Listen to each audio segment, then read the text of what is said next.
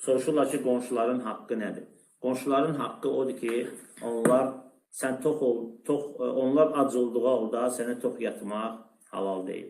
Onlar xəstələndikdə onları ziyarət etmək və öləndə cənazələrdə iştirak eləmək və salam vermək, nəsiyyət vermək, salamlarını almaq və onların sənin hər hansı bir qayğına ehtiyacın varsa, ola bilsin biz adlarını çəkib sadalamadıq, xəstələndə ziyarət və s.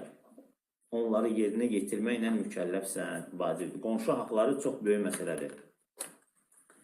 Sahabələr deyirlər ki, Peyğəmbər sallallahu əleyhi və səlləm deyir ki, Cəbrail mənə o qədər qonşu haqlarından danışdı ki, axırda elə bildim ki, qonşunu da varis edəcək. Yəni təsəvvür edin ki, insan ölür, oğlu ona varis qalır.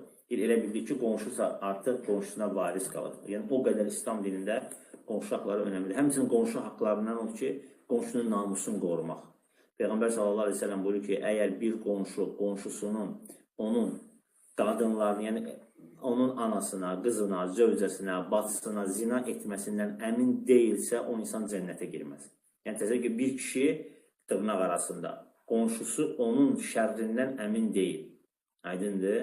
Bu insan cənnətə girməz deyir Peyğəmbər sallallahu əleyhi və səlləm.